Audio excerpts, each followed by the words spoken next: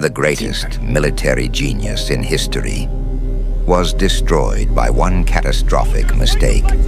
A mistake so devastating, it shattered his empire and left him exiled on a lonely rock in the middle of the ocean.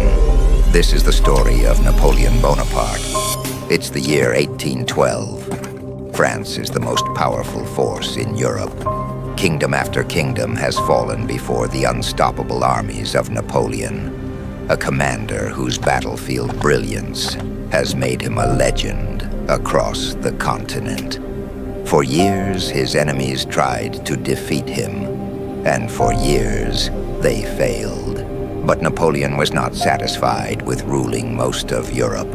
He wanted total dominance, and to achieve that, he believed he had to break the power of Russia. So he assembled the largest army Europe had ever seen.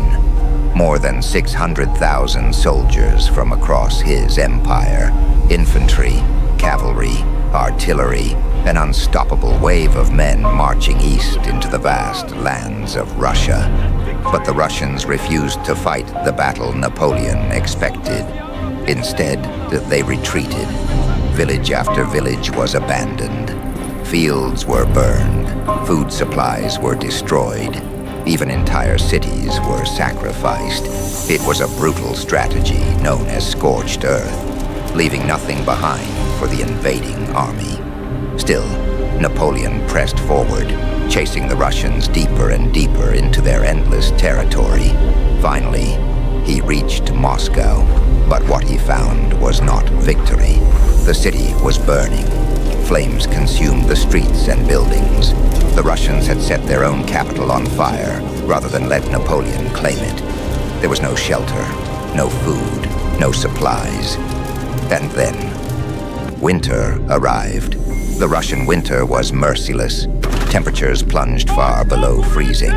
Snowstorms swallowed entire columns of soldiers. Men froze where they stood. Horses collapsed in the snow. Starvation, disease, and constant attacks destroyed what was left of the once mighty army.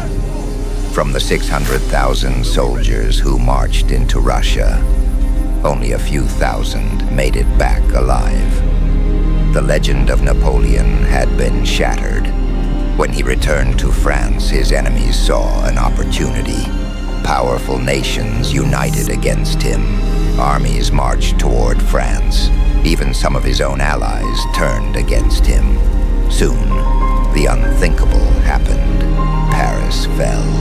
And in 1814, the man who once ruled most of Europe was forced to surrender. Napoleon Bonaparte, the emperor, the conqueror, the military genius, was stripped of his power. They took away his crown. They took away his empire.